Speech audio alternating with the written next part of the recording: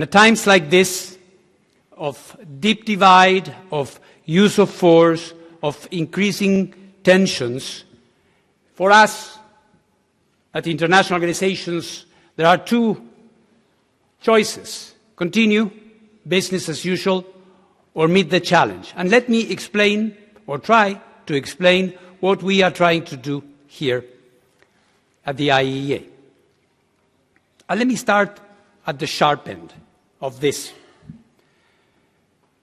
The logic of the work of checking nuclear material throughout the world lies on the fundamental premise that when the IAEA can do that, doubts, uncertainty, fears are not there.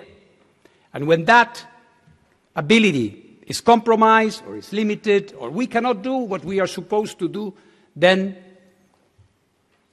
international peace and security are indeed at risk.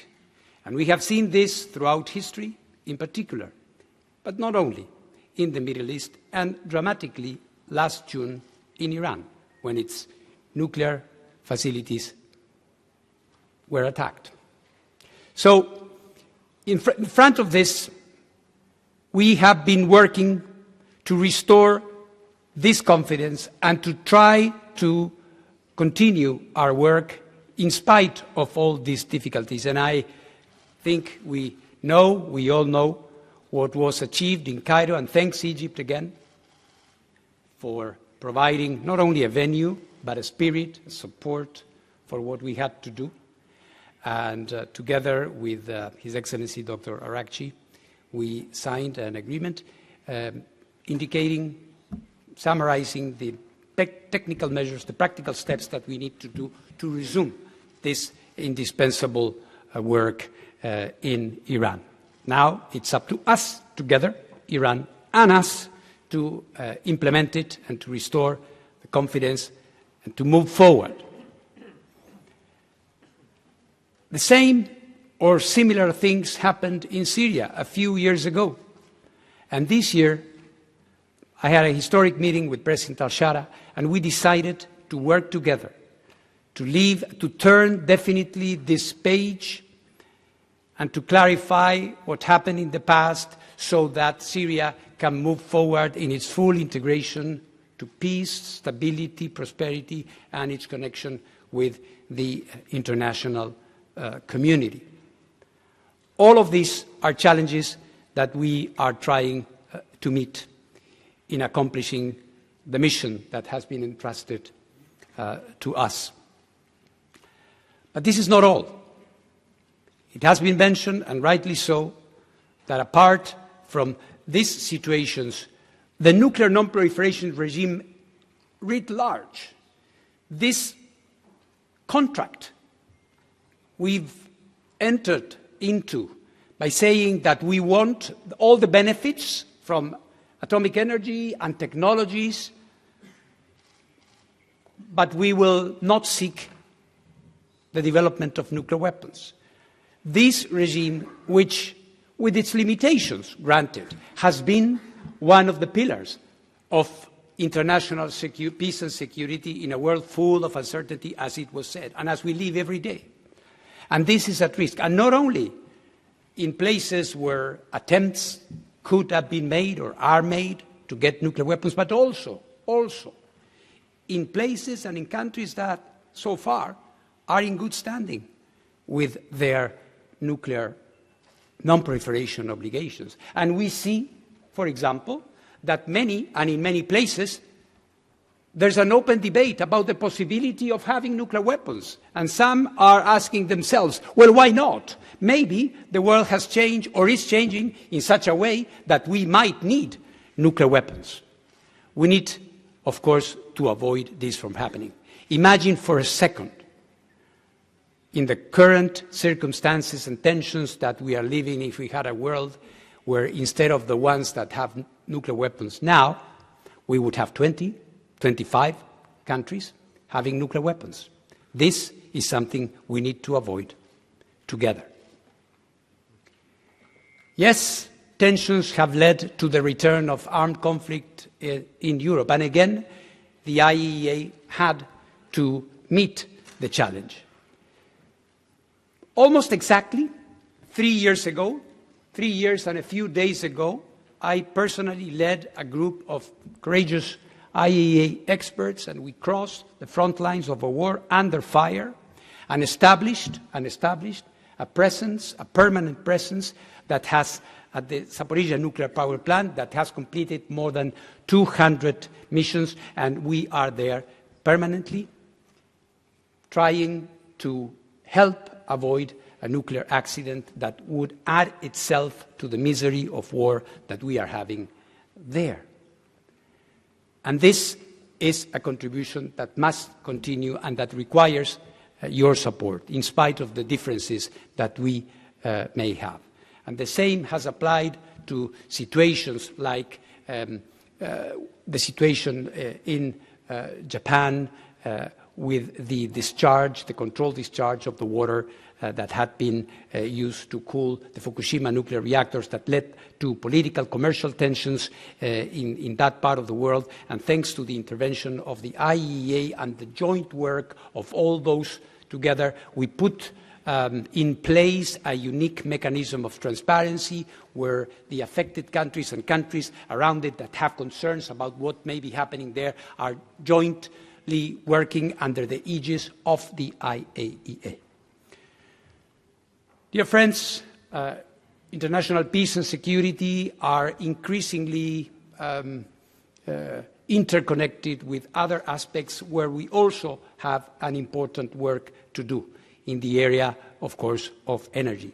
Debates like energy security have appeared, and today there is a shared conviction from countries all over the world, using nuclear energy or not, that nuclear energy is part of the solution to the world challenges in terms of clean energy, in terms of global warming, however you may wish to define that. But until a few years ago, we were still finding ideological blockage to this. We were still finding limitations for countries to benefit from nuclear energy. And the IAEA has been working in 3 different ways to try to help those who are confirmed users of nuclear energy and also those who want it.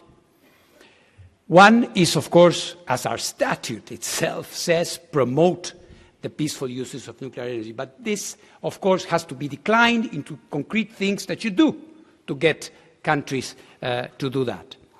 Confirmed countries and vendors, exporters of nuclear technology, of course, do not need it. But out of our, today, 181, and welcome, Maldives, member states, I can assure you that the vast majority that need nuclear energy need support. And support means having the elements there to be able to host nuclear power plants, a workforce that is up to the task, and a regulatory scheme that will allow this activity to take place in a safe and secure way. And so this is the second one. We promote the technology, we put countries up to speed, so to speak, and we bring regulators to the table.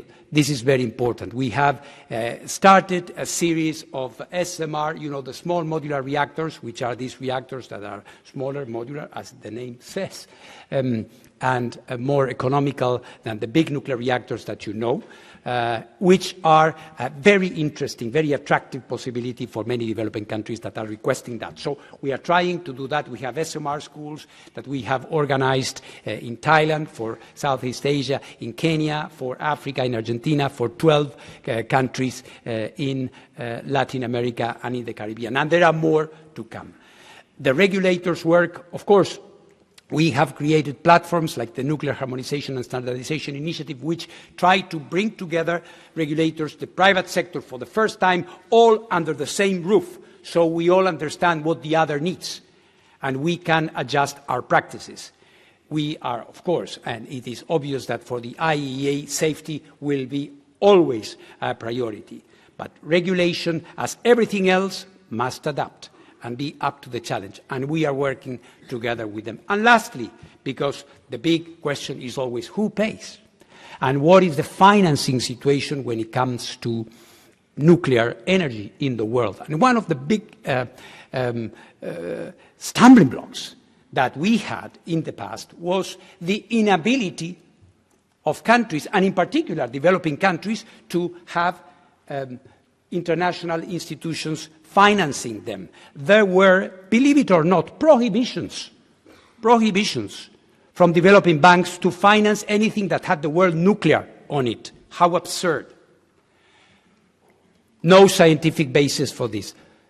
Luckily, we are turning that page also, and in Paris a couple of months ago, President Ajay Banga and myself, the IAEA and the World Bank signed an agreement, and of course, once the tone has been set by the World Bank, other development banks now are coming to us, which is going to make it possible for many developing countries to also benefit from nuclear energy. So important that we have that. Our common planet is our common house. And the IAEA is also working, offering the technology, the nuclear science and application arm to do good, apart from the energy side, which I try to describe succinctly now. Starting, for example, with nuclear medicine, with radiotherapy, with oncology, where we still have countries. Just a couple of months ago, I was in a country where I delivered the first mammographer. Can you believe it? A country that does not have a simple mammographer. This is obscene, but it is happening. It is happening. This is why we established Rays of Hope. And Rays of Hope, since its creation, a bit more than 2 years ago, now it's active in many countries. And let me tell you, cancer hospitals are being built. Technology is being transferred. The situation is changing, and lives are being saved thanks to you, thanks to the support and the fact that you believe that Rays of Hope was not just a photo opportunity or a hollow declaration on a piece of paper. And the same happened when it comes to Atoms for Food, where hand in hand with FAO, we are providing the technology, the science to develop hardier crops that we need because the planet is warmer, because there's no water, and we need crops that can sustain that. We are providing the technology that allows countries in an environmentally friendlier way to stop pests by sterilizing insects. Zika, dengue, chikungunya, all these things are coming back, and we are trying to stop them through our efforts in this regard. The planet is being increasingly polluted, and plastic pollution is one of the worst manifestations of that. Through new-tech plastics, we are trying to give countries a possibility not only to identify this pollution, but also through irradiation to turn plastic into useful material to work, construction material, for example. And I could go on citing these examples of how the IAEA is providing these technologies to countries in their efforts to overcome all these problems that we are having. Water.